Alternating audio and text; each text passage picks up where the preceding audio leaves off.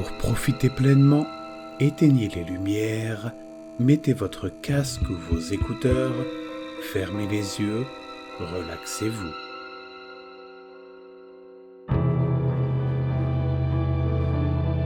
Toc toc toc.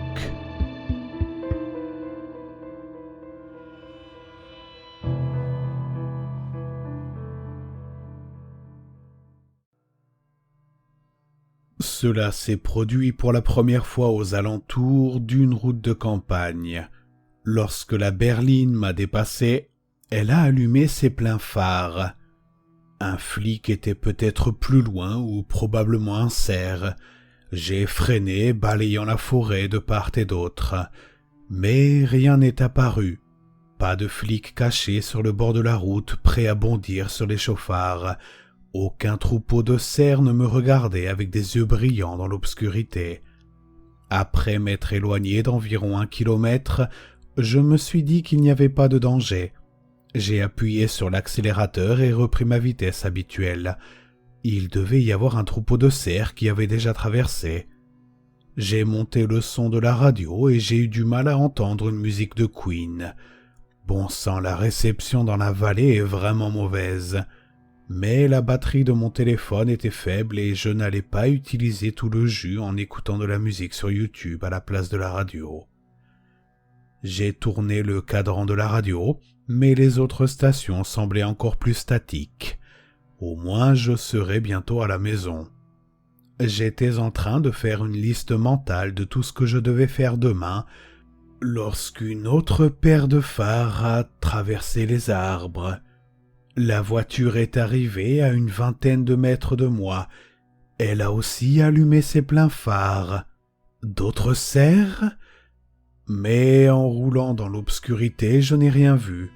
Pas de voiture de police non plus, à moins qu'elle se soit vraiment bien cachée. Alors que les secondes passaient et qu'il n'y avait rien d'autre, pas de zone de construction, pas d'arbres sur la route ou d'autres dangers, mon cœur s'est mis à battre la chamade. De quoi essayait-elle de m'avertir ? J'ai jeté un coup d'œil à mon téléphone, dont l'écran était noir sur le siège passager. Est-il déjà mort ? Peut-être que les voitures m'avertissaient de quelque chose qui n'allait pas avec ma voiture. Mes 2 phares semblaient fonctionner, mais il y avait peut-être de la fumée qui sortait de mon capot ou de mon pot d'échappement, ou quelque chose comme ça. Je n'aimais pas l'idée d'être coincé sur le bord de la route à 23 heures. J'ai inspiré profondément. Ce n'est probablement qu'un cerf. Il y en a beaucoup dans la région. Le panneau de ma ville est enfin apparu dans mes phares et mon cœur a ralenti. J'étais à moins de 10 minutes de chez moi.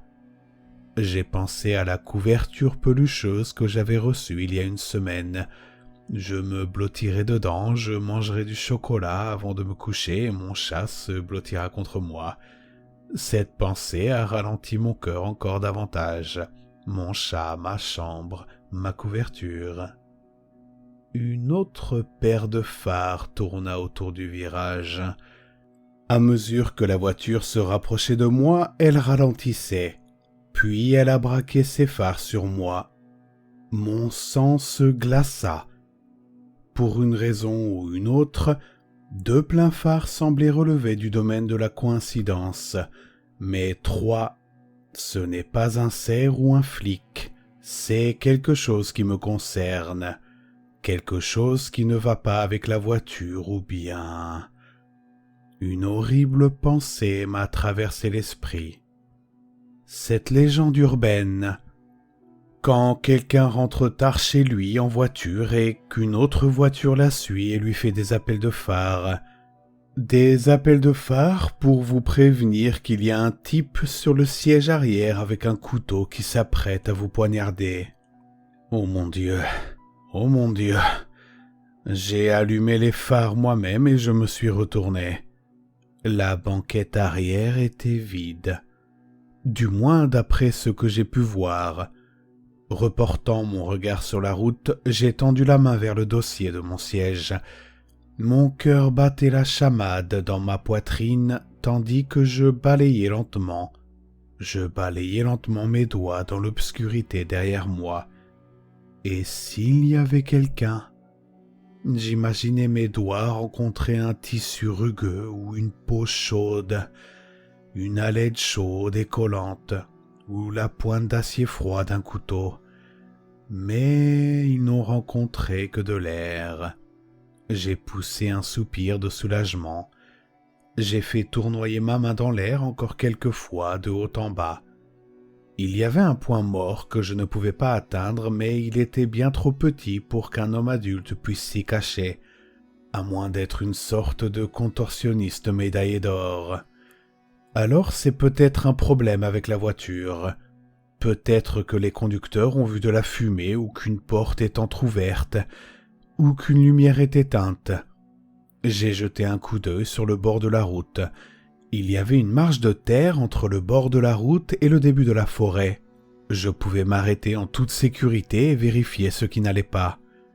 D'un autre côté, cette route était vraiment perdue au milieu de nulle part. Surtout, il était tard. Il n'y avait que quelques maisons sur cette route et aucune que je puisse voir en ce moment. Il n'y avait que des bois épais, des ronces et des écorces tordues qui étoufferaient tout cri. Je vais tenter ma chance en rentrant chez moi. J'ai serré le volant. Il ne reste plus que 5 kilomètres à parcourir. Je repensais à ma petite maison chaleureuse et à mon chat avec sa fourrure noire et son réconfort permanent. Une camionnette s'est engagée plus loin dans le virage. J'ai retenu mon souffle. Elle ne m'a pas fait d'appel de phare. C'est bien. C'est très très bien. Je suis presque à la maison.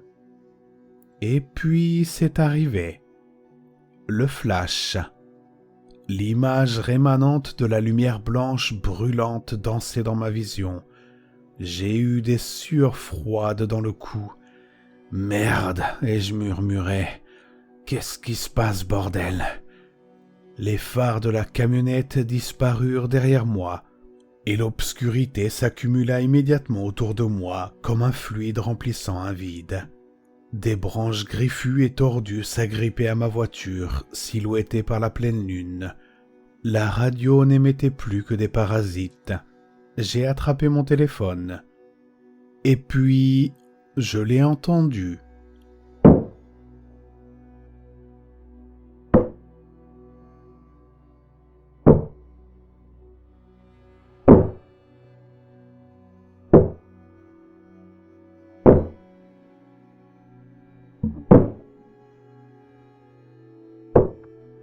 Venant juste d'au-dessus de moi.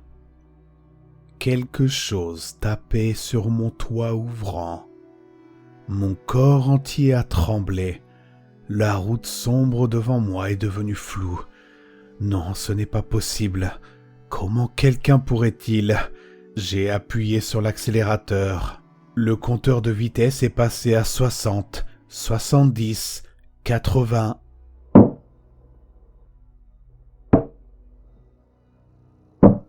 Sans lever les yeux, j'ai tendu une main tremblante vers le toit ouvrant. J'ai appuyé ma main sur la vitre. Elle était chaude, alors qu'il ne faisait que 10 degrés dehors. Putain, c'est quoi ce bordel? Je ne pouvais pas lever les yeux, c'était juste un instinct viscéral.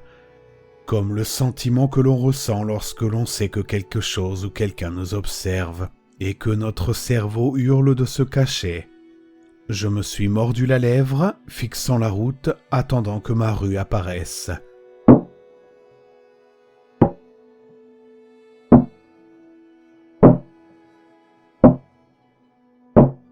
Ne regarde pas en l'air, ne regarde pas en l'air, ne lève pas les yeux. L'entrée du quartier de ma maison est apparue devant moi. Je me suis engagé dans la rue, puis dans l'allée. Sans même réfléchir, j'ai ouvert la porte et j'ai couru aussi vite que possible sans regarder derrière moi. Étonnamment, je suis rentré à l'intérieur sain et sauf. J'ai passé la moitié de la nuit à regarder de vieux films, mon chat bien au chaud sur mes genoux. J'ai vérifié les portes avant et arrière ainsi que toutes les fenêtres 1 million de fois chacune. Je n'osais pas regarder ma voiture à l'extérieur. J'ai même fermé les yeux en vérifiant la porte d'entrée.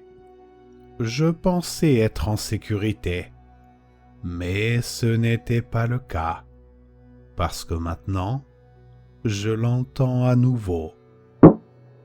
C'était plus fréquent maintenant, plus frénétique.